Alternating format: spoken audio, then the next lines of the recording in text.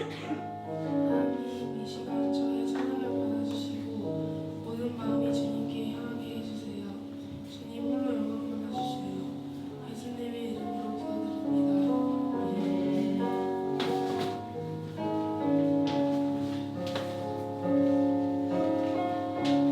하나님의 사랑이 당신의 삶 가운데 가득하기를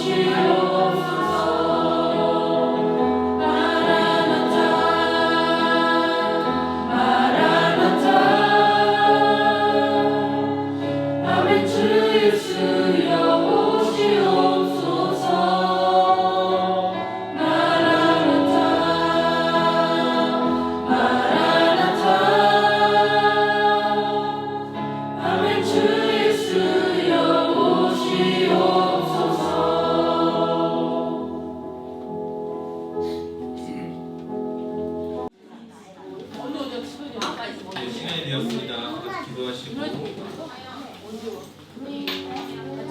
찬양에서 연락드리도록 하겠습니다. 하나님 주님 감사합니다. 순간 저희를 주님이 다른 축복해 주시고 지난 한 주간도 주님의 은혜 가운데 도와주셨다 하시는 제 몸과 마음을 예배 자리로 보여주시도록 감사합니다. 아버지여 예배를 통해서 저희들 지난 한 주간 동안 지친 몸과 마음을 메꿀 수 있게 하시고 은혜 받아서 생각나서 살 수 있는 시간을 도와주시옵소서. 아버지여 힘든 것도 있지만 늘 주님과 동행하는 저희가 되게 하시고 주님과 함께 해주셔서 살 수 있도록 도와주시옵소서. 그 가운데 예배와 찬양과 말씀 넘치는 우리의 삶이 되게 도와주시옵시고 청구소만 가지고 사는 저희가 되게 도와주시옵소서. 이 자리에 함께 해주시고 싸우며 예수님 이름으로 감사하며 기도했습니다. 십자가 그 사랑 찬양이 나왔습니다. 십자가 그 사랑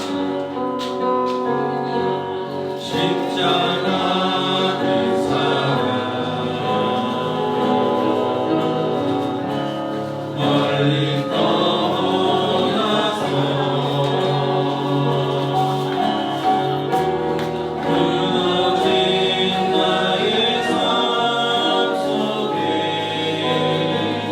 잊혀진 주의 은혜 돌같은 내 마음 얼음아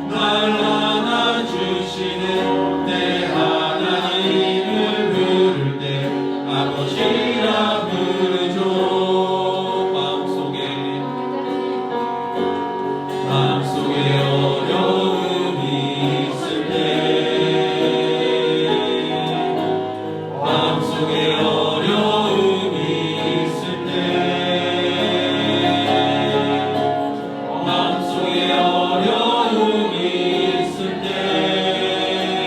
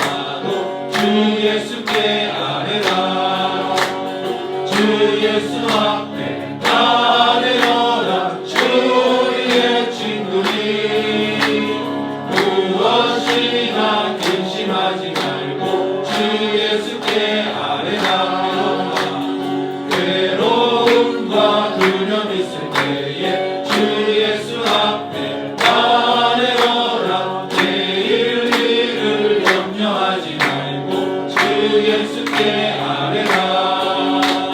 주 예수 앞에 아뢰어라.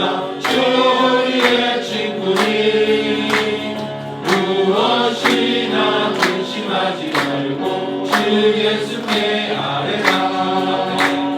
죽음 앞에 겁을 내는 자여 주 예수 앞에 아뢰어라. 하늘나라 바라보는 자여 주 예수께 아뢰라. 주 예수 앞에 아뢰어라. 주 우리의 친구니 무엇이나 근심하지 말고 주 예수께 아뢰라. 아멘. 주를 찬양 찬송하겠습니다.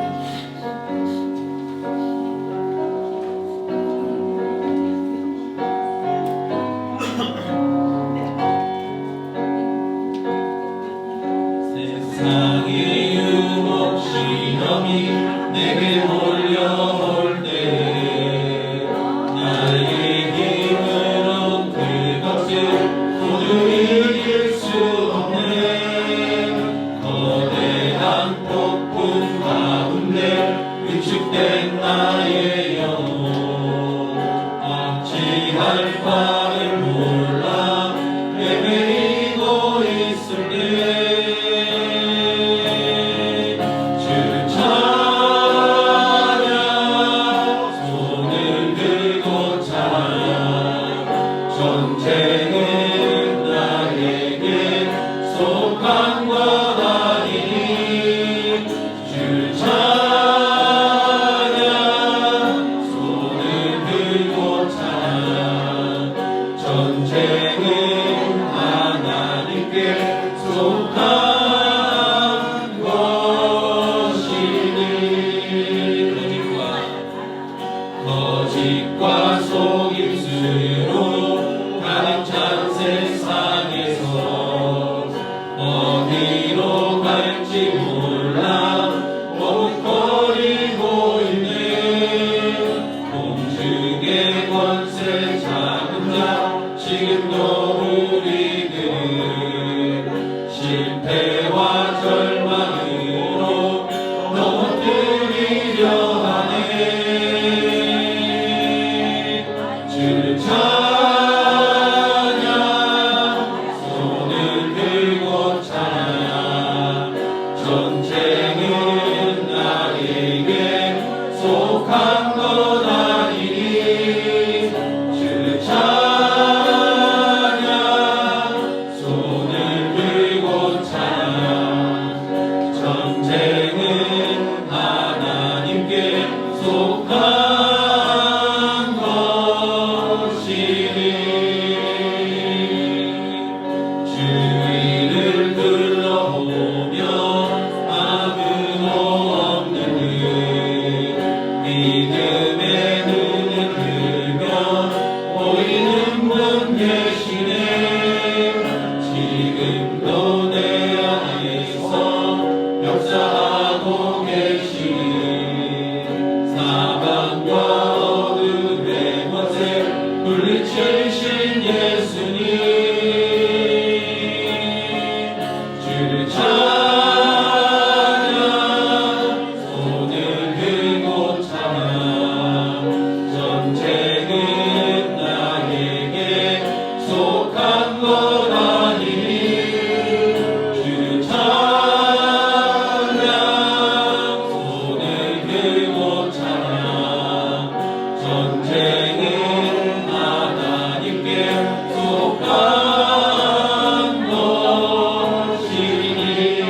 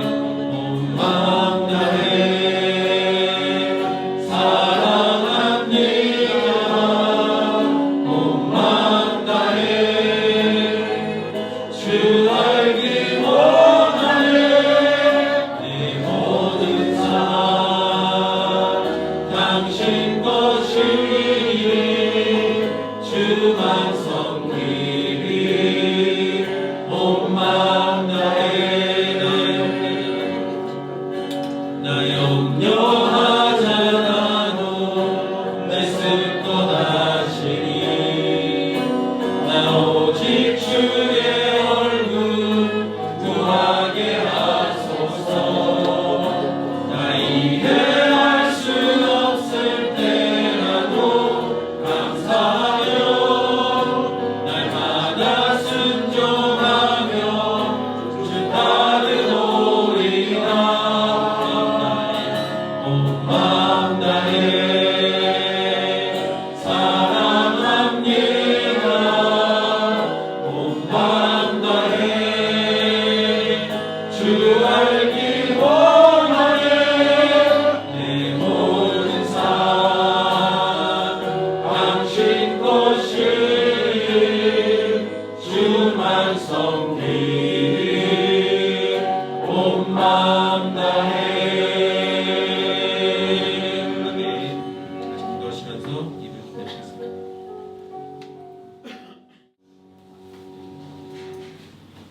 다 같이 묵도하심으로 주일 2부 예배를 성부와 성자와 성령님께 거룩하게 드리겠습니다.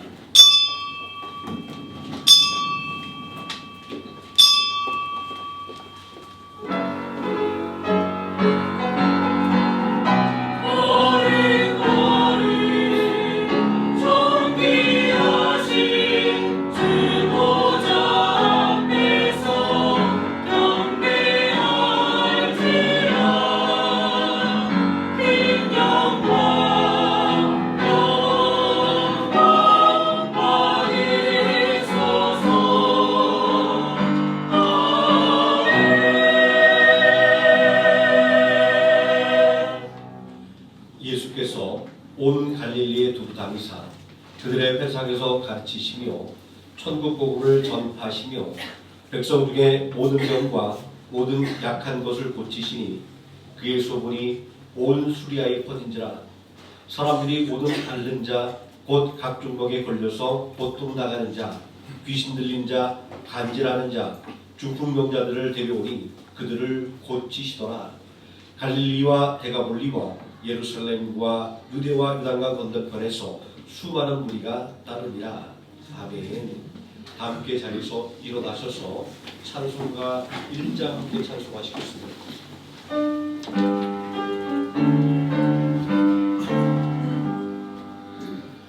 만국의 근원 하나님 온 백성 찬송 드리고 저 천사여 찬송하세.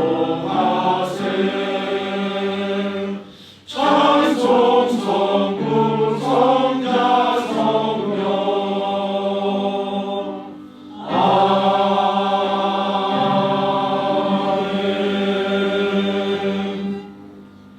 전능하사 천지를 만드신 하나님 아버지를 내가 믿사오며 그 외아들 우리 주 예수 그리스도를 믿사오니 이는 성령으로 잉태하사 동정녀 마리아에게 나시고 본디오 빌라도에게 고난을 받으사 십자가에 못 박혀 죽으시고 장사한 지 사흘 만에 죽은 자 가운데서 다시 살아나시며 하늘에 오르사 전능하신 하나님 우편에 앉아 계시다가 저리로서 산자와 죽은 자를 심판하러 오시리라.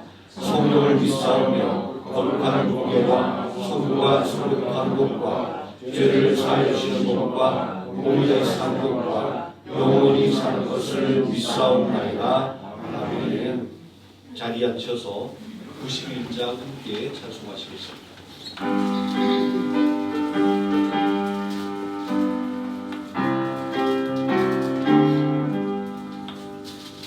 슬픈 마음 있는 사람 예수 이름 믿으며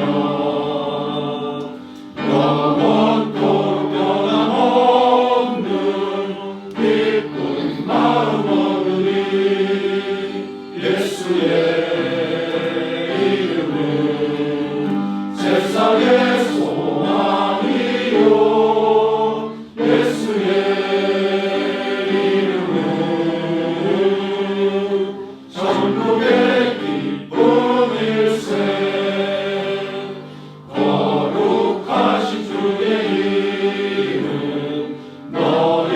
강배 삼으라. 환난 시험 당할 때에 주께 기도드려라. 예수의 이름은 세상의 소망이요. 예수의 이름은 전국의 기쁨일세. 존귀하신 주의 이름 우리 기쁨 되도다. 주의 품에 안길 때에 기뻐 찬송 부르리. 예수의 이름은 세상의 소망이요. 예수의 이름은 전국의 기쁨일세. 우리 갈 길 나간 후에 보좌 앞에 나가 왕의 왕께 경배하며 멸류관을 드리리. 예수의 이름은 세상의 소망이요. 예수의 이름은 전국의 기쁨일세. 아멘. 이 시간 함께 은혜 받을 하나님의 말씀 창세기 30장에서 함께 보도록 하겠습니다. 구약성경 43페이지 창세기 30장 1절에서 8절까지 말씀합니다. 한 절씩 교독하시겠습니다. 라헬이 자기가 야곱에게서 아들을 낳지 못함을 보고 그의 언니를 시기하여 야곱에게 이르되 내게 자식을 낳게 하라. 그렇지 아니하면 내가 죽겠노라. 야곱이 라헬에게 성소를 하였되 그를 인사하지 못하게 하시는 하나님의 신이시니 내가 하나님을 대신하겠느냐. 라헬이 이르되 내 의종 비라에게로 들어가라. 그가 아들을 낳아 내 무릎에 두리니 그러면 나도 그로 말미암아 자식을 얻겠노라고. 그 신하 비라를 남편에게 아들을 주매 야곱이 그에게로 돌아가더니 비라가 임신하여 야곱에게 아들을 낳은지라. 라헬이 이르되 하나님이 내 어떠함을 주시려고 내 옷을 벗으사 내게 아들을 주시라고 이로 말미암아 그의 이름을 변하게 하였으며. 라헬의 시녀 비라가 다시 임신하여 둘째 아들을 야곱에게 낳으니 라헬이 이르되 내가 우리와 크게 경쟁하여 이겼다 하고 그의 이름을 납달리라 하였더라. 아멘. 임나김 장로님 나오셔서 우리를 대표해서 기도해 주시겠습니다. 기도 드리시겠습니다. 우리의 삶의 주인 되시는 거룩하신 아버지 하나님, 오늘 저희들 5월 가정의 날을 맞이하여 주님께 예배드리기 위해서 이 자리에 모였습니다. 이곳에서 드리는 예배가 하나님의 임재하신 가운데 올려드리는 거룩한 예배의 시간이 되게 하여 주셨고, 어버이 주일을 맞이하여 부모님의 사랑을 기억하게 하여 주시옵소서. 주님, 저희들 지난 한 주간 하나님의 뜻에 온전히 순종하지 못하고 세상과 타협하며 자기 생각과 본인 의지로 살아왔음을 고백합니다. 지금 그 모습 그대로 주님 앞에 나아왔사오니 저희를 긍휼히 여겨주시고 주님의 보혈로 저희들의 죄와 허물을 깨끗하게 씻어 주시옵소서. 믿음이 연약하고 세상적인 삶 가운데 살고 있는 저희들에게 날마다 하늘로 향하는 믿음의 고백이 이루어지게 하시고, 어떤 일을 하든지 주님 나라의 밝은 빛을 드러내기 위해서 몸과 마음을 쓸 수 있는 저희들을 되게 하여 주시옵소서. 저희들이 삶을 온전히 주님께 드리며 매일매일 하나님의 임재하신 가운데 저희가 주님을 더 깊이 알아가게 하시고 하나님의 말씀을 주야로 묵상하며 살아가는 저희들을 되게 하여 주시옵소서. 역사의 주관자 되시는 하나님, 중동 등 여러 전쟁 등으로 인해 두려움에 매일매일 살아가고 있는 수많은 사람들을 눈물을 기억하시고 하나님의 뜻 가운데 전쟁이 종식되고 주님의 정의와 공의가 이루어지게 하옵소서. 우리나라를 이끌어가는 정치 지도자들이 하나님을 두려워하게 하시고 사리사욕을 버리고 오직 국민만을 위한 올바른 정치가 이루어지게 하여 주시옵소서. 주님, 우리 교회를 지금까지 지켜주시고 인도해 주심에 감사드립니다. 바라옵건대 우리 교회가 더욱 복음 전파와 선교에 힘쓰는 성령 충만한 교회가 되게 하여 주시옵소서. 하나님은 온전히 우리 교회의 주인 되시오니 이 성전에서 귀한 생명의 말씀을 통해서 저희들 약해지고 무너진 믿음이 다시 세워지는 은혜의 역사가 일어나게 하여 주시옵소서. 저희들에게 초대교회에서 일어났던 성령의 역사가 우리 생명나무 교회에서도 일어나서 교회의 재정이 충만하게 채워지고 크게 성장하고 부흥하는 교회가 되게 하시옵고 부르짖는 기도마다 응답받는 축복의 재단이 되게 하여 주시옵소서. 주일학교와 중고등부를 위해서 기도합니다. 우리의 다음 세대로서 어두운 세상 속에서도 흔들리지 않는 거룩한 믿음의 자녀들로 세워주시옵소서.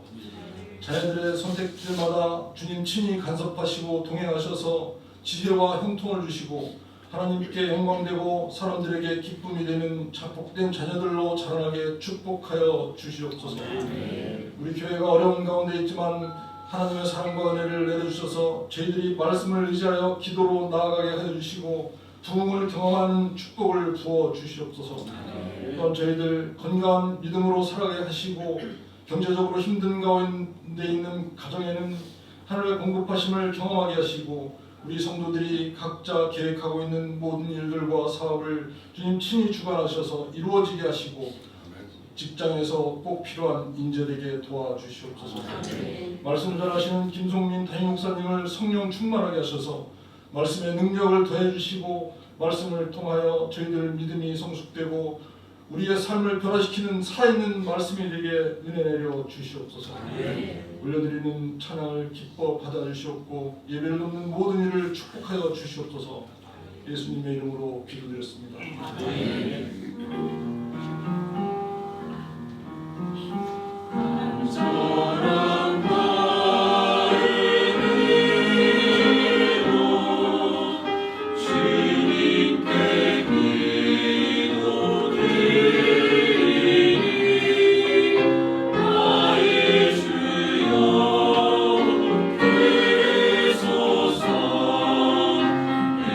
응답하여 주소서.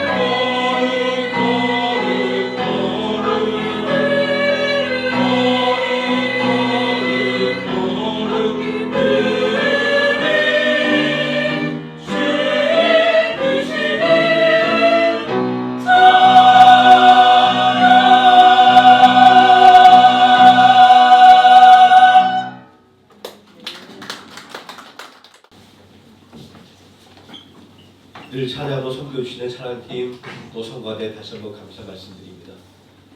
준비된 찬양이 있기에 우리가 마음을 활짝 열고 더 뜨겁게 하나님께 또 예배드릴 수 있을 것 같습니다. 감사합니다. 오늘 함께 공독한 창세기 30장 말씀 우리 함께 바른 말보다 위로가 필요합니다 라는 제목으로 하나님 말씀을 함께 나누고자 합니다. 일단 그 PPT 그 말씀 넣고 제가 장절 얘기할 때 보여주시면 됩니다. 지금 제목 모두 띄워주시고요. 네, 감사합니다. 옛날 어느 마을에 평생 똥꼬집과 자존심으로 똘똘 뭉쳐 살아온 노 부부가 있었습니다. 두 사람은 아주 조그만 일 하나도 서로 양보하지 못했고 어떤 싸움에서도 결코 질 수 없는 성격을 갖고 있었습니다. 어느 날 부부가 이웃집이 준 떡을 먹고 있는데 마지막에 떡 한 개가 남았습니다. 우리 같으면 어떻게 할까요? 자기가 먹어? 아니 당신이 먹어? 이렇게 이야기하겠지만 서로 양 권리가 없는 두 사람은 결국 남은 떡 한 개를 차지하기 위해 내기를 걸었습니다. 규칙은 아주 간단했습니다. 지금부터 먼저 말하는 사람이 지는 것입니다.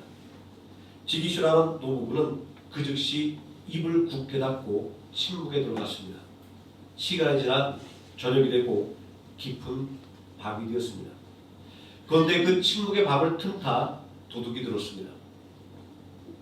부부는 도둑이 들어온 것을 빤히 보았습니다. 하지만 자존심 때문에 그놈의 떡 한 개 더 먹어보겠다라고 둘 다 입을 꾹 다물었습니다. 처음에 노부부를 보고 깜짝 놀랐던 도둑은 두 사람이 아무 말도 하지 못하고 두 눈만 멀뚱거리는 것을 보고 이내 기가 살아서 비싼 물건들을 대놓고 훔치기 시작했습니다. 장롱을 뒤지고 폐물을 보따리에 싸는데도 노부부는 꼼짝도 하지 않았습니다. 결국 참다 못한 할머니가 소리를 질렀습니다. 입 나가려고 함이야. 도둑이 들어와 집안 살림을 다 털어가는데도 멀쩡히 보고만 있냐? 그 순간 할아버지가 벌떡 일어나 외쳤습니다. 내가 이겼다. 이제 이 떡은 내 거야. 참 헛웃음이 나오는 이야기가 아닙니까? 겨우 떡 한 조각을 더 먹겠다라고 내기에서 이기겠다고 재물을 도둑 맞으면서도 내가 이겼다라고 좋아하는 이 할아버지의 모습이 얼마나 어리석습니다. 그런데 이 부질없는 노부부의 모습이 어쩌면 오늘날 우리들의 가정의 모습일지도 모릅니다. 우리 가정 안에서 배우자와 사소한 말다툼을 벌일 때가 참 많이 있습니다. 어느 한쪽이 큰 거짓말을 하거나 도덕적으로 큰 죄를 저질러서 싸우는 경우는 아주 드뭅니다. 대부분 지극히 사소한 말 한마디 그리고 내가 맞고 당신이 틀렸어 라고 하는 그 알량한 자존심 때문에 싸웁니다. 남편은 갈등이 생기면 본능적으로 옳고 그름을 따지기 시작합니다. 아내가 온종일 일하다 지쳐 들어와 힘들다고 한숨을 쉬면 남편들은 아주 이성적인 정답을 제시합니다. 힘들면 일을 그만두고 집에서 살림이나 하는가? 나 참 사회생활이 다 그런 거지. 당신만 힘들겠어? 내가 틀린 말 했어? 뭐 남편들은 사실관계를 따지며 판사의 자리에 앉으려고 합니다. 아내들이 남편을 향해 남의 편만 들어서 남편이라고 부르는 이유가 여기 있습니다. 내 편이 되어서 내 고민과 내 아픔을 알아주길 바라는데 늘 한 발자국 뒤에 서서 입 바른 소리나 하고 있으니 얼마나 야속한 일입니까? 그렇다면 반대로 아내들은 어떻습니까? 우리는 종종 남편의 자존심을 전혀 배려하지 않은 채 말을 쏟아내곤 합니다. 옆집 남편은 누구네 아빠는 이번에 승진했다는데 당신은 언제까지 그 자리에 앉아 있을 거야? 당신이 언제 집안일에 속 하나 까딱한 적이 있어? 애들 교육에 신경 쓸 일이 있어? 뭐, 틀린 말은 아닙니다. 뼈아픈 사실입니다. 하지만 사실을 앞세워 남편의 가장 취약한 자존심에 팩트 폭격을 퍼부을 때 남편은 그 사실을 수긍하기보다는 마음에 방어벽을 치고 더 독한 말로 맞받아치기 마련입니다. 결국 부부가 서로에게 나는 맞고 당신이 틀렸어라며 끝없이 말다툼을 주고받고 침묵과 고집으로 대처하는 사이에 우리 가정에 어떤 일이 일어납니까? 우리 가정의 진짜 부모는 사랑과 평화 그리고 자녀들의 영혼이 사탄이라는 도둑에게 송두리째 털리고 있는 줄도 모르고 지나갑니다. 오늘 우리가 읽은 창세기 30장의 부분이 바로 이 비극적인 부부싸움의 현장을 생생하게 보여주고 있습니다. 오늘 말씀을 통해 우리 가정을 돌아보기를 원합니다. 혹시 야곱처럼 입 바른 소리로 배우자의 상처를 헤집고 있지는 않은지, 아니면 예수님의 가르침대로 서로의 아픔을 함께 짊어지며 함께 기도하는 가정을 이루고 있는지 말입니다. 창세기 30장 1절은 라헬의 처절한 비명으로 시작됩니다. 라헬이 자기가 야곱에게서 아들을 낳지 못함을 보고 그의 언니를 시기하여 야곱에게 이르되 내게 자식을 낳게 하라. 그렇지 아니하면 내가 죽겠노라. 이 얼마나 비상식적이고 억지스러운 요구입니까? 생명의 잉태는 인간의 영역이 아닙니다. 남편인 야곱이 마음을 먹는다고 해서 자식을 뚝딱 낳을 수 있는 것도 아닙니다. 앞서 말씀드린 떡 한 개 때문에 도둑을 보고도 입을 다물었던 그 노부부의 내기처럼 상식적으로만 바라보면 라헬의 말은 그저 억지이며 투정에 불과합니다. 그렇지만 우리는 이 대목에서 한 걸음 더 들어가 보아야 합니다. 이토록 억지스럽고 비상식적인 요구의 경우에는 자녀를 낳지 못해 자신의 존재 가치를 증명하지 못해 절망하는 한 여인의 아픔이 짙게 서려있기 때문입니다. 언니 레아는 아들을 4명씩이나 낳아서 기세가 등등한데 자신은 아무것도 보여줄 것이 없었습니다. 남편의 사랑을 독차지하고 있었지만 자식이 없다는 이유로 사회적으로 무가치한 존재 취급을 받아야만 했습니다. 아이를 낳지 못하면 죽겠노라라고 하는 말은 협박이 아니라 존재의 뿌리가 흔들리는 이의 처절한 비명이었습니다. 아내는 지금 나로 아이를 낳게 하라라고 하는 불가능한 요구를 하고 있는 것이 아니었습니다. 다만 자신의 무너진 존재감을 알아달라고 내 편이 되어서 함께 울어달라고 남편에게 간절하게 매달리고 있었던 것입니다. 이처럼 벼랑 끝에 서 있는 아내를 보며 평생을 함께하겠다던 남편 야곱은 어떤 반응을 보였습니까? 창세기 30장 2절 말씀을 보십시오. 야곱이 라헬에게 성을 내어 이르되 그대를 임신하지 못하게 하신 이는 하나님이시니 내가 하나님을 대신하겠느냐. 야곱은 크게 화를 냈습니다. 그리고 차갑게 말합니다. 내가 하나님을 대신하겠느냐. 냉정하게 물어봅시다. 야곱의 말이 틀렸습니까? 지극히 성경적이고 신학적으로는 100점짜리 대답입니다. 생명의 주권은 오직 여호와 하나님께 있습니다. 인간이 하나님을 대신할 수 없습니다. 말씀에서 우리에서 아내의 고통스러운 탄식을 들었을 때 당신이 예민해서 그래? 원래 삶이나 다 힘든 거지? 라며 입바른 소리를 들이밀던 우리네 남편들의 모습이 야곱의 모습과 전혀 다를 바가 없었습니다. 야곱은 아내의 찢어지는 고통을 외면한 채 상황을 철저히 이성적으로 판단했습니다. 아이를 본다는 건 당신 사정이고 내 잘못은 하나도 없다라고 책임을 회피한 것입니다. 야곱에게는 이미 레아를 통해 낳은 4명의 아들이 있었습니다. 나는 씨를 가진 존재로서 문제가 없는데 당신은 태가 막힌 것이니 그것은 당신과 하나님 사이의 해결할 문제라며 야곱은 아이를 낳지 못하는 아내의 아픔을 그녀만의 결함으로 치부해버리고 만 것이었습니다. 이러한 야곱의 행동은 제 집안의 부분이 다 털려 나가는데도 내게서 이겨 떡 한 개 더 먹겠다라고 침묵하던 노부부의 어리석은 모습과 무엇이 다릅니까? 야곱이 자존심의 싸움에선 이겼을지는 몰라도 아내의 마음은 이미 갈기갈기 찢어지고 말았습니다. 진정 아내를 아끼고 사랑하는 남편이라고 한다면 창조주의 본능은 없다 할지라도 하나님의 긍휼과 위로를 흘려보내는 사랑의 통로의 역할을 자처해야만 했습니다.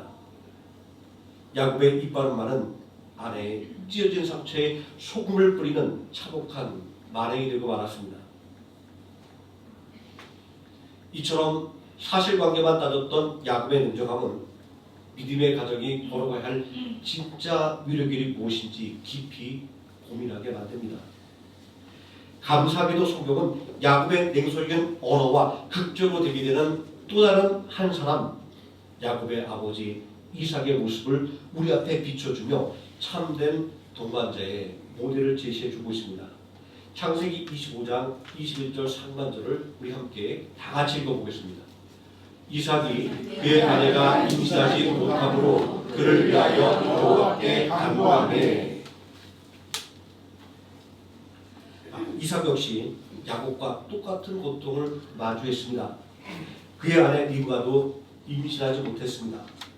상식과 팩트의 문을 보면 리브가의 부림 역시 야곱의 논리처럼 아내의 결함이었고 이삭이 대신 해결해 줄 수 없는 신의 영역이었습니다. 그러나 이삭의 반응은 야곱과 하늘과 땅 차이였습니다. 이삭은 아내를 향해 삿대질하거나 그건 내 문제니 내가 기도하던 말던 내가 알아서 하라고 방관하지도 않았습니다.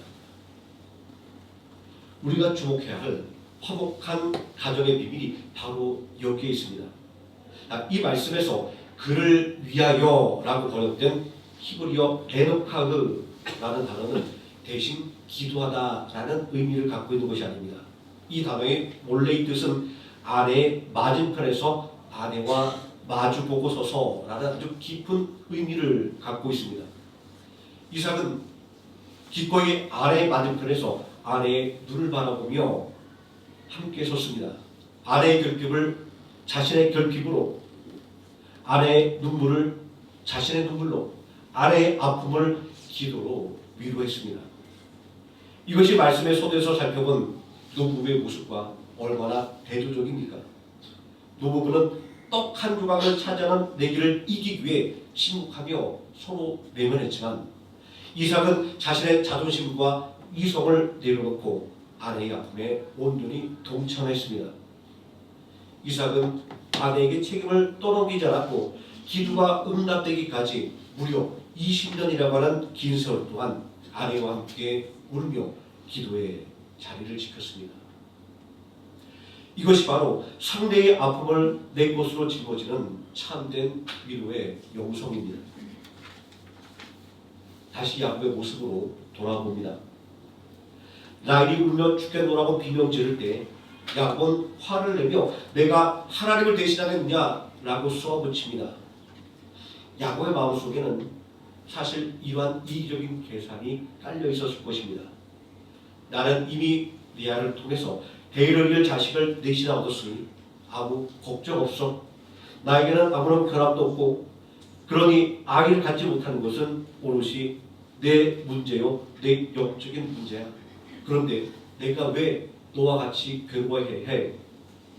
자, 야곱은 하나님이 하시는 일이라는 지극히 바르고 거룩한 신학적인 명분을 방패 삼아 남편으로서 마땅히 짊어져야 할 함께 울고 함께 기도할 책임을 아주 비겁하게 회피해버렸습니다. 이삭이 아내와 마주서서 아내의 눈물을 닦아줬던 것과는 달리 야곱은 아내를 홀로 고통의 시면 속으로 밀쳐두고 자신은 안전지대로 도피해버리고 말았습니다. 아내의 찢어진 가슴을 보듬어줄 생각은 하지 않고 생명의 주권은 하나님께 있으니 내 믿음이 없음을 탓하라라고 잔인한 팩트 폭격으로 아내의 자존심을 사정없이 밟아버린 것입니다. 가장 따뜻한 피난처가 되어야 할 남편이 냉정한 팩트 폭격으로 자신을 밀쳐내자 라헬의 마음속에는 남편을 향했던 기대도 하나님을 향한 신뢰도 모두 다 무너져 내리고 말았습니다. 결국 그녀는 하나님을 바라보며 무릎 꿇는 기도의 길을 포기하고 스스로 살아남기 위해 수단과 방법을 가리지 않는 인본주의의 폭주를 시작합니다. 이것은 바로 서두에서 말씀드린 노부부의 비극과 다를 바 없는 일입니다. 자존심 싸움에서 지지 않기 위해 침묵하다가 도둑에게 온 집안을 털려버린 노부부처럼 라헬 역시 남편과 소통이 난돌되자 가정을 통째로 파멸로 몰고 갈 무서운 선택을 내리고 말았습니다. 창세기 30장에 기록된 요종 비라를 통한 대리 출산과 그 아들들의 이름 속에는 야곱이 무심코 내뱉었던 매몰찬 말 한마디가 이 가정에 얼마나 크나큰 재앙을 불러왔는지 고스란히 담고 있습니다. 첫째, 창세기 30장 6절 말씀에 보면 라헬은 자신의 요종 비라를 야곱의 초소에 강제로 밀어넣고 첫 아들을 얻은 후에 그 이름을 단이라고 지었습니다. 라헬이 이르되 하나님이 내 억울함을 푸시려고 내 호소를 들으사 내게 아들을 주셨다고 이로 말미암아 그의 이름을 단이라 하였으며, 이 단이라는 이름의 뜻은 심판하다, 억울함을 호소하다 라는 뜻입니다. 라헬은 이제 이 아이의 이름을 부를 때마다 온 집안에 대고 전쟁을 선포한 것입니다. 하나님이 드디어 내 억울함을 판단하시고 저들을 심판하셨다. 두고 봐라, 나를 투명이든 취급하며 이빠른 말로 나를 무시하던 야곱 당신과 자식이 많다고 나를 조롱하던 언니 레아를 하나님이 내 손을 들어 심판하셨다. 축복과 사랑 속에서 태어날 아이의 가슴에 평생 지우지 못할 깊은 원한과 복수심의 낙인을 라헬은 새겨놓고 말았던 것입니다. 둘째, 창세기 30장 8절을 보면 비라가 연이어 둘째 아들을 낳자 라헬은 그 이름을 납달리라고 짓습니다. 라헬이 이르되 내가 언니와 크게 경쟁하여 이겼다고 그 이름을 납달리라 하였더라. 납달리라는 이름의 뜻은 나의 경쟁, 내가 싸워서 이겼다입니다. 가족이 무엇입니까? 세상에서 상처받고 찢긴 이들이 돌아와 서로의 허물을 덮어주고 안식을 누리는 따뜻한 사랑의 초소여야 합니다. 그러나 남편 야곱의 철저한 방관 속에 홀로 버려진 라헬에게 이제 가족은 안식처가 아니라 오직 언니를 짓밟고 이겨야 하는 피비린내라는 전쟁터가 되어버리고 말았습니다. 자식은 하나님이 주신 복된 기업이 아니라 그 저주스러운 전쟁에서 이기기 위한 무기로 전락해버리고 말았습니다. 불행하게도 이 비극은 라헬 혼자만의 폭주로 끝나지 않았습니다. 라헬이 이 섬뜩한 손전폭으로 본 언니 레아 역시 질세라 자신의 여종 실바를 야곱의 초소로 밀어넣었습니다. 그렇게 각과 아셀을 차례로 나누며 가뜩이나 활활 타오르는 질투의 불길에 기름을 붓고 말았습니다. 야곱의 가정이 겪었던 이 참담하고 처절한 분란의 시작은 도대체 어디였습니까? 바로 아내의 아픔을 외면한 채 얄팍한 팩트와 논리로 무장했던 야곱의 차가운 말 한마디였습니다. 야곱이 만약에 아내의 슬픔을 외면하지 않고 아버지 이삭처럼 아내의 맞은편에 서서 아내를 바라보며 눈물로 함께 그 손을 잡아주고 기도해 주었다 한다면 라헬은 요종을 남편의 품에 들이미는 가증한 인본주의 길을 선택했겠습니까? 결국 남편에게 거절당한 아내의 피맺힌 한이 심판과 경쟁이라고 하는 이름이 되어 자녀들의 영혼 속에 불화와 증오의 씨앗을 심도록 팔을 깔아준 공범이 바로 야곱이었습니다. 이 투기와 증오, 복수심의 토양에서 자라난 아이들이 훗날 어떻게 되었습니까? 라헬이 뼈를 깎는 고통 끝에 낳은 그 귀한 아들 요셉을 시기하여 구덩이에 던지고 죽이려 했었고 마침내 애굽의 노예로 팔아넘기는 해류를 저지르고 말았습니다. 창세기 30장에 기록된 야곱 가정의 비극적인 역사는 오늘날 우리에게 간담서늘한 교훈을 던집니다. 우리가 가정 안에서 배우자와 자녀를 향해 무심코 던지는 다 너를 위해서 하는 말이야, 내 말이 틀렸냐 라는 이과는 말들이 어쩌면 우리 가장 소중한 가족을 영적 고립으로 몰아가며 단과 납달이라는 심판과 경쟁의 전쟁터로 내몰고 있을지는 모른다는 사실을 우리는 결코 간과해서는 안 됩니다. 자존심을 지키고 상대방을 꺾기 위해 내뱉은 잔인한 팩트폭격은 결국 가정을 치유하지 못합니다. 오히려 사탄에게 가장 좋은 틈을 내어주고 가정을 난장판으로 만들고 온 가족을 갈기갈기 찢어놓을 뿐입니다. 이처럼 인간의 알량한 자존심이 온 가정을 황폐하게 만드는 절망의 한복판에서 우리는 비로소 상한 갈대를 꺾지 아니하시고 꺼져가는 등불도 끄지 않으시는 참된 위로자 예수 그리스도를 바라보게 됩니다. 오늘 예배를 여는 목도의 말씀으로 읽은 마태복음 4장 23절은 사탄에게 영혼과 삶을 도둑맞고 신음하던 백성들을 향한 주님의 사랑을 이렇게 증언합니다. 예수께서 온 갈릴리에 두루 다니사 그들의 회당에서 가르치시며 천국 복음을 전파하시고 백성 중에 모든 병과 모든 약한 것을 고치시니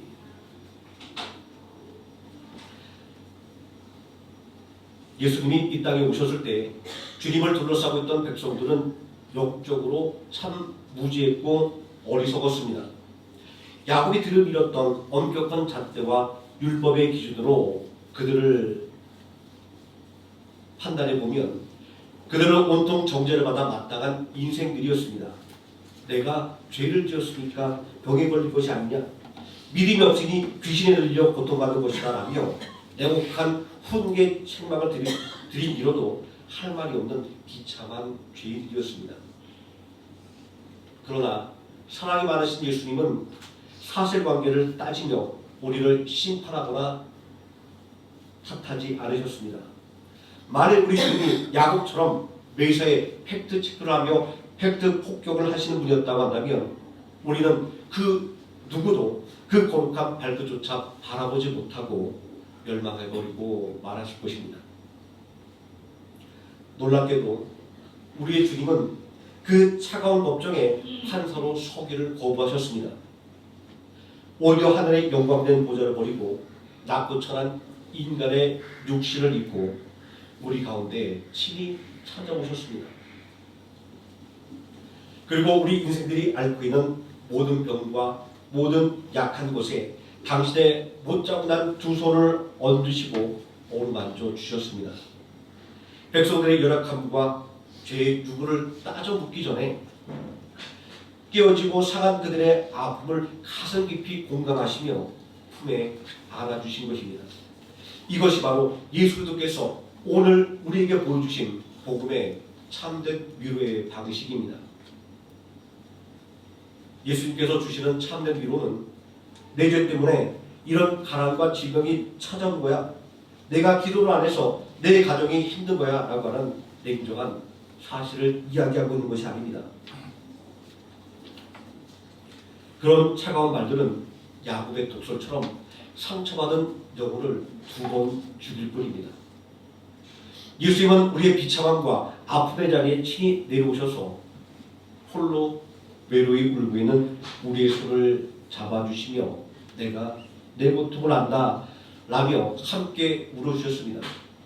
나가 불임으로 고통받는 아내와 기꺼이 함께 서서 20년을 하루같이 기도했던 이삭처럼 우리 주님은 우리의 연약함을 결코 외면하지 않으십니다. 그리고 우리의 모든 질고와 죄악을 십자가에서 당신의 온몸으로 대신 짊어지시고 피 흘려 죽으셨습니다. 그 위대한 대속적인 사랑은 과거의 역사로만 머물지 않습니다. 지금 이 순간에도 예수님은 하나님의 보좌 우편에서 고통받은 아내 리브가를 위해 눈물로 무릎 꿇었던 이삭처럼 서로를 향해 팩트 폭격으로 상처를 입히고 고통받는 우리를 위해 말할 수 없는 탄식으로 중보하고 계시며 눈물로 간구하고 계십니다. 우리의 모든 열악함을 친히 담당하시고 끝까지 우리의 편이 되어주시는 분, 그분이 바로 우리의 영원한 위로자 예수 그리스도입니다. 이렇듯 예수 그리스도의 계속적인 위로와 사랑은 오늘날 무너져가는 우리의 가정을 살리는 유일한 소망이자 열쇠가 됩니다.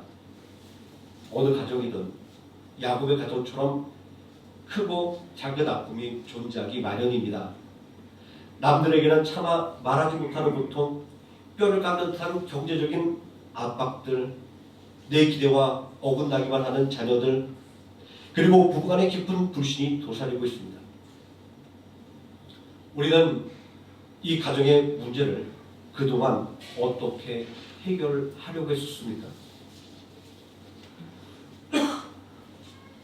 혹시 여전히 내 배우자에게, 내 사랑하는 자녀에게 야곱처럼 내가 하나님을 대신하겠느냐 라고 하며 이빠른 말이라는 잔인한 무기를 휘두르고 있지는 않았습니까? 다 너 잘대로 가는 말이야. 내가 틀린 말 했어.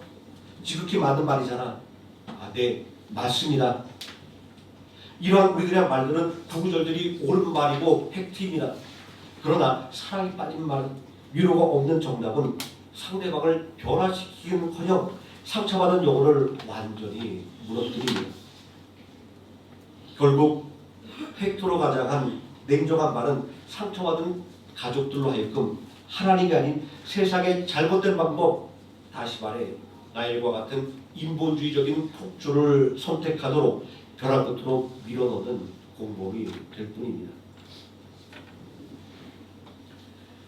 우리의 가정은 옳고 그름을 증명하여 판결 내리는 정죄하는 법정이 아닙니다. 우리의 가정은 허물이 많고 아픈 죄들이 함께 모여 날마다 예수 그리스도의 십자가의 사랑과 조건 없는 용납을 경험하는 따뜻한 교회가 되어야 합니다. 이제 우리의 가정 안에서 스스로 재판장의 자리에 앉아 휘두르던 그 고집과 자존심을 내려놓읍시다.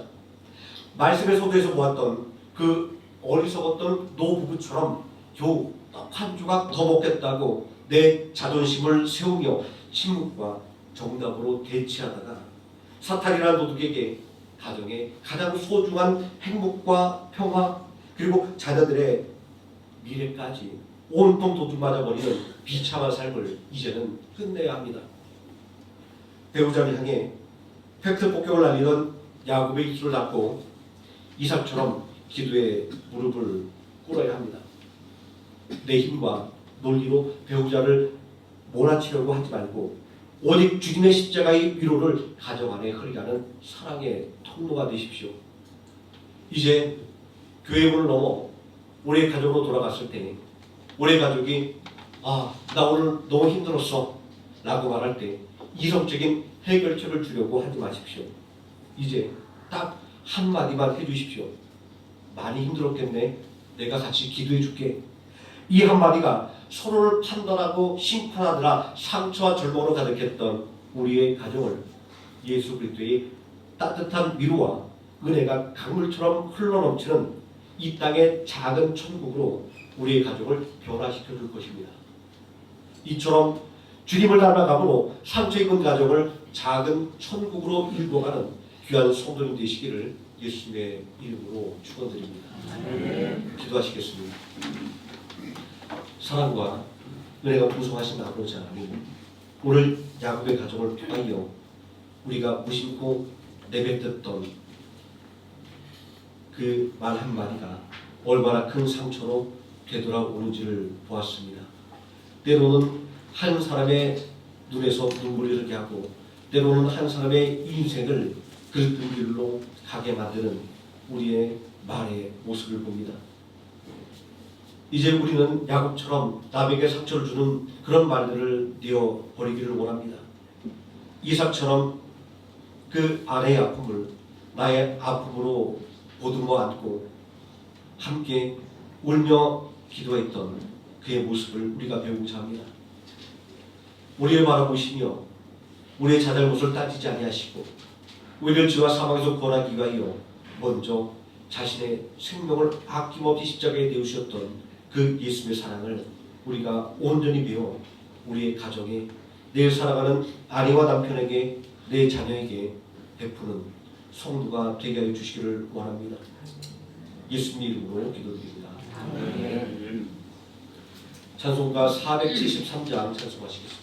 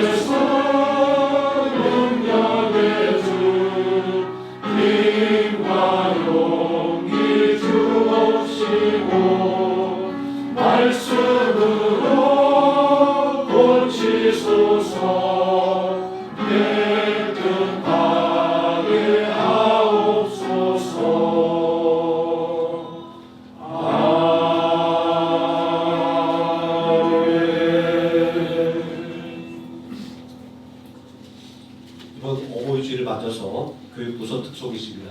먼저 주일학교 특송이 있고요. 그리고 중고등부 특송이 있겠습니다.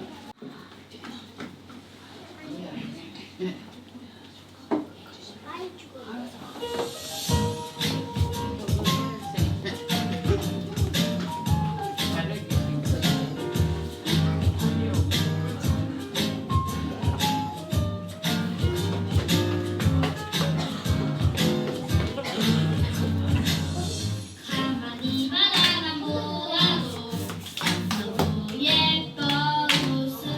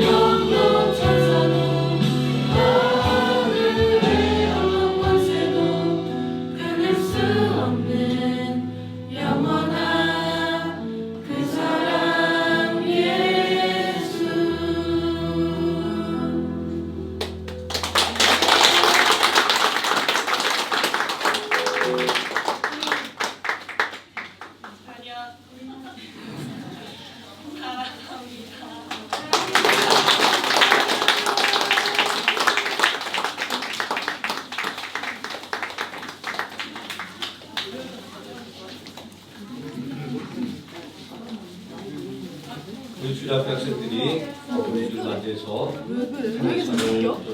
왜 계속 이상한 표정 지어 나 보고? 막 이런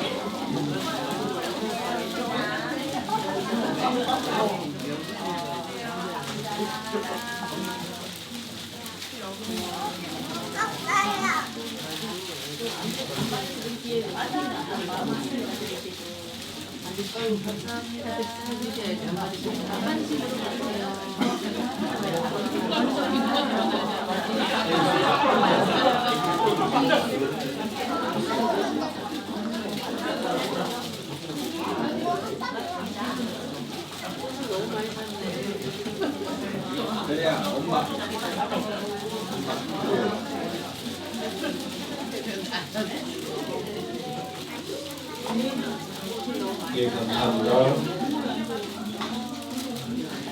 우리 함께 옹기도 하겠습니다.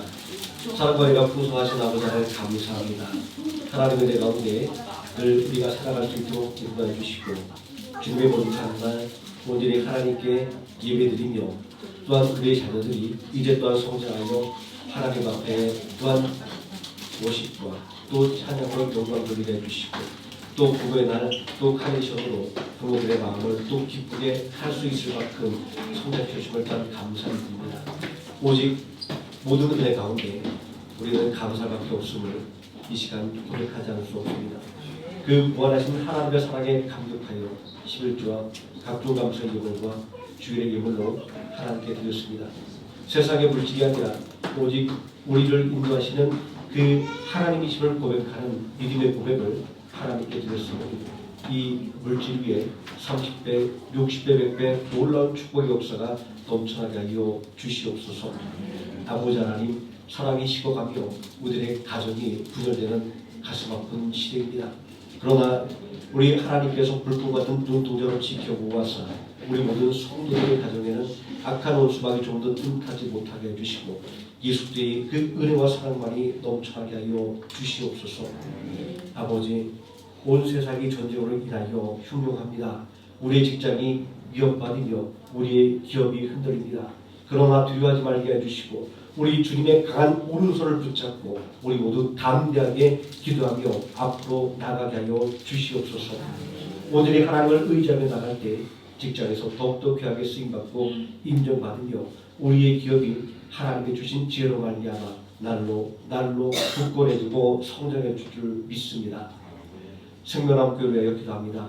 세우신 교회 온전히 복을 전하는 사명을 감당케 해주시고 또한 베트남의 선교를 위하여 작정한 모든 것들을 온전하게 지킬 수 있도록 인도하심을 감사드립니다. 작은 것으로 시작하나 오직 하나님의 은혜 안에 더 큰 일을 감당하는 교회로 성장할 수 있도록 은혜를 더하여 주시기를 원합니다. 예수님의 이름으로 기도드립니다. 아멘. 교회 소식 말씀드리겠습니다.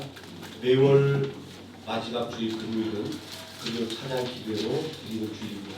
매주 금요일날 저녁 기도가 있지만 특별히 마지막 주 한 주만큼은 우리 모든 성도들이 참여해서 뜨겁게 찬양하고 뜨겁게 기도하기를 원합니다. 금요 찬양팀이 또 영감 있는 찬양으로 열심히 준비합니다. 함께 하셔서 뜨겁게 찬양하고 기도주시면 감사하겠습니다. 그리고 어제 하노이 청소년 찬양 페스티벌이 있었습니다.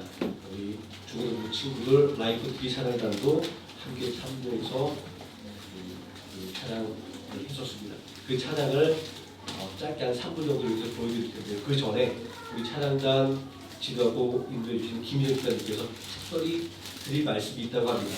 나오셔서 먼저 말씀 듣고 우리 영상 잠깐 짤막하게 보도록 하겠습니다.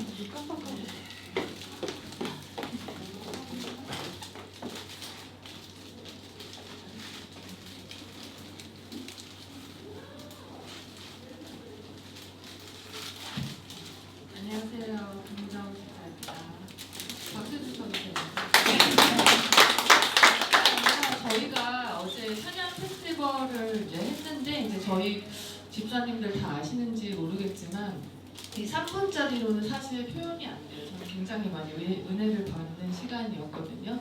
저희가 이제 한 달 남짓 조금 준비는 하면서 한 1, 2주 정도는 이제 연습을 좀 몰입을 했는데 사실 제가 굉장히 많이 두려운 마음이 있었어요. 왜냐면 제가 기타를 찾으려고 진짜 산만이었어요. 여기저기 전화를 다 해도 악기를 구할 수가 없어가지고 제가 지금 말씀드리고 싶은 거는 이번에 하나님께서 좀 움직이신 거를 제가 받고 체험을 했기 때문에 좀 같이 좀 이렇게 느껴주셨으면 좋겠어서 잠깐 시간을 부탁드렸습니다. 감사합니다, 목사님. 제가 어제가 이제 당일이었는데 아침에 전화가 제가 굉장히 낙담하고 있었어요. 왜냐면은 이제 혼자서 피아노를 하고 이제 6명, 7명 아이들 데리고 하는데 다른 교회는 악기만 7개, 8개인데 이거 사람인지라 너무 기가 죽더라고요. 그래서 이걸 어떡하나 하다가 뭐 기도도 많이 했는데 결국은 또 저 혼자 해야 되겠구나 싶어서 사실 그랬는데 어제 아침 새벽 6시에 친구한테서 이제 연락이 왔어요, 저한테. 우리 찬양 페스티벌 하는 그 포스터를 저한테 보내면서 희정아, 나 여기를 은혜 좀 받고 싶어서 가고 싶은데 같이 가지 않을래? 저한테 이렇게 연락이 온 거예요. 그래서 야, 그러면 그래, 나 거기 가는데 너 막대기 좀 들고 와라. 내가 그랬어요. 근데 막대기가 뭐냐면 스틱이에요. 드럼 치는 친구거든요. 다 아시겠지만 조아라 집사인데 그랬더니 이제 그 친구가 갑자기 왜 들고 가야 돼? 이제 우리가 지금 없으니까 너 빨리 막대기 들고 와. 우리 교회에 드럼이 있어. 그랬더니 드럼이 없으시다는 거예요. 그래가지고 왔는데 이제 스틱을 들고 와서 페트병에 물을 담아서 여기서 몇 번 딱 하고 그냥 간 거예요. 갔는데 아니라 다를까 조롱도 당했어요. 타교회 분이 저랑 아시는 분인데 저를 보더니 아니 어떻게 하려고 그래 2개 가지고 그러시더라고요. 네 나한테 미리 말을 했으면 내가 도와줬을 텐데. 아 그래? 그럼 나 지금 일렉 하나만 도와줘. 지금은 안 되지. 약 올리더라고요. 그래서 굉장히 낙담하다가 결국은 제가 얘들아 우리 기죽지 말자. 우리 그냥 하는 거야 하고 했는데 정말 감사의 건 첫 번째로 우리 드럼이 이제 딱 나타나면서 이렇게 정말 풍요롭고 이 찬양을 진짜 굉장히 아름답게도 해줬지만 개인적으로 정말 하나님한테 감사드렸던 거는 제 왼손은요 기타 베이스가 됐고요 오른손은 피아노 멜로디가 됐어요. 단지 악기 2개로 저희가 이런 소리를 낼 수 있었다는 건 저희가 한 일이 아니라는 생각이 너무 들었습니다. 그래서 그거를 열정적이고 정말 뜨거웠던 그 순간에 우리 모두 다 참가해주시고 참여해주셔서 너무 좋았을 텐데 그게 좀 아쉽고 3분짜리로 이제 동영상 편집이 되었는데요. 이걸 보시면서 이제 그 뜨거운 현장으로 한번 잠시 다녀와 보시기를 부탁드리고 그리고 한 가지 저희 전도사님께서 말씀하셨어요. 저희 아이들이 타고난 음악성이 없어서 정말 다행이다. 근데 그 말이 정말 영상을 보시면은 확인이 되실 거라고 믿습니다. 감사합니다. 자, 이번에는 3번째 팀입니다. 저는 개인적으로 우리 이 팀이 가장 기대가 됩니다. 작년에도 우리에게 잔잔한 감동을 주었던 팀입니다. 소개해 주시죠. 하노이 생명나무교회 라이프트리 찬양단입니다.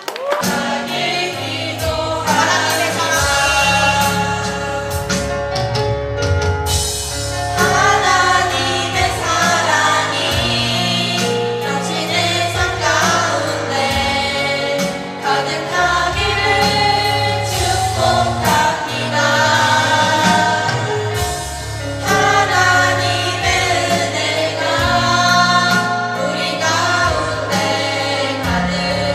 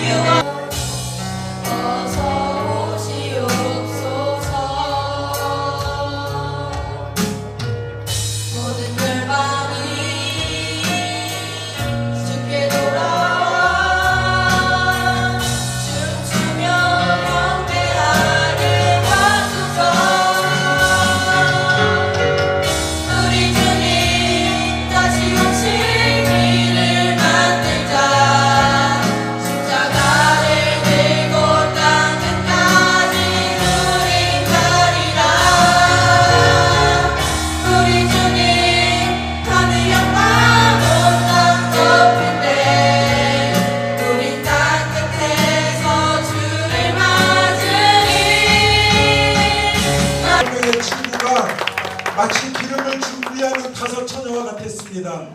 기름을 준비하는 다섯 처녀가 찬양하는 모습으로 우리의 모델인 것 같습니다. 여러분들도 기름을 준비하고 그때를 기대하며 나아갈 수 있는 모습이 되게 해달라고 우리 세대들이 하나님의 때를 기다리면서 하나님께서 예비하신 모든 것을 준비하며 나가는 모습 되게 해달라고 다 함께 주여 한번 기도하겠습니다. 주여, 사랑이 많고 은혜가 많으신 하나님 아버지, 은혜를 감사합니다. 주시옵고 역사여 주시옵고 하나님 마음을 끝까지 품고 나아갈 수 있는 믿음의 용사들이 될 수 있도록 도와주시옵소서. 이 땅에는 하루의 네, 감사합니다. 잘 보셨죠? 전체 영상은 생명나무교회 유튜브 채널에 들어가시면 보실 수 있고요. 저는 마지막에 사회자님이 하셨던 말이 너무 가슴에 와닿았어요. 기름을 준비한 다섯 처녀가 찬양하는 것 같았다. 저 큰 도전을 받았습니다. 우리 모두 우리 자녀들처럼 준비된 마음으로 더 뜨겁게 찬양하는 교회가 되었으면 좋겠습니다. 우리 자녀들이 더 뜨겁게 찬양할 수 있도록 기도해 주시고 더 풍성하게 찬양할 수 있도록 기도해 주시고 후원해 주시면 감사하겠습니다. 아멘. 함께 자리에서 일어나셔서 635장으로 찬송하시겠습니다.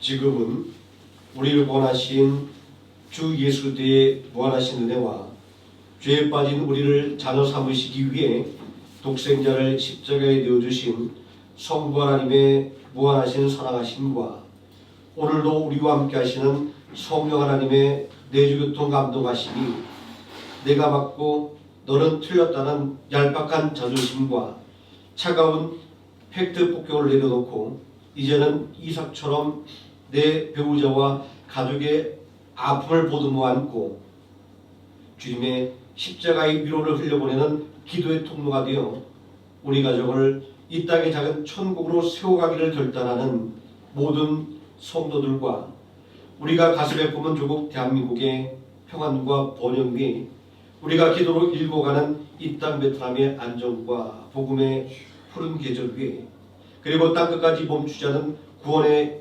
역사의 거룩한 행진 위에 특별히 하나님이 군대하라는 하노이 생명나무교회 앞날과 모든 권속들의 눈물 어린 삶의 터전 위에 지금으로부터 영원토록 함께 하시기를 축원하노라. 아멘.